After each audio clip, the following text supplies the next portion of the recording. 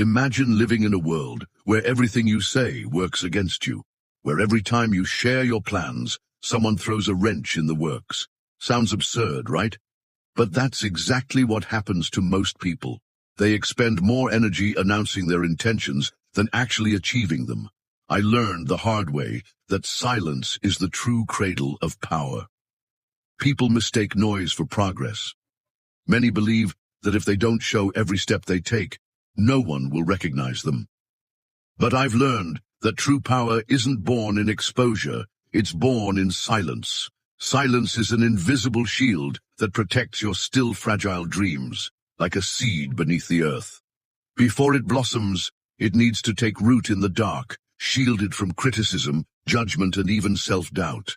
When you talk too much about what you're still building, you create space for others to instill fear, limit your vision, and kill your motivation. How many times have you shared something important with someone and, instead of support, received only distrust? Perhaps they said, "That's too risky," or "That's not for you." And in that moment, even unconsciously, you started questioning your own capabilities. This is how many abandon their greatest projects, not because they were impossible, but because they were exposed too early to the poison of others' opinions.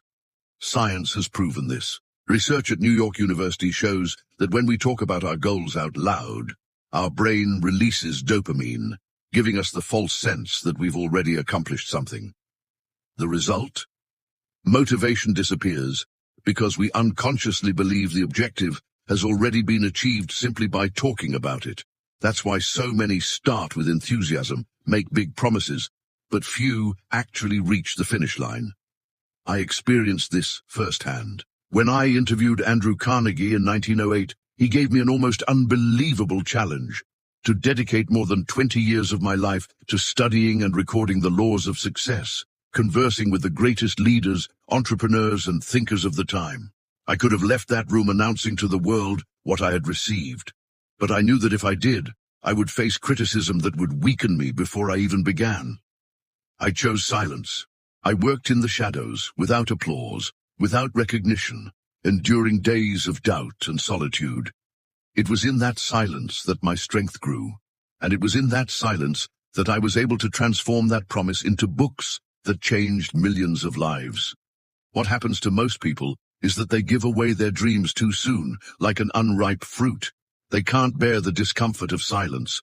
They rush to share every small advance, seeking approval. But have you noticed how the pursuit of approval drains energy? You begin to shape your plans to please others, and little by little,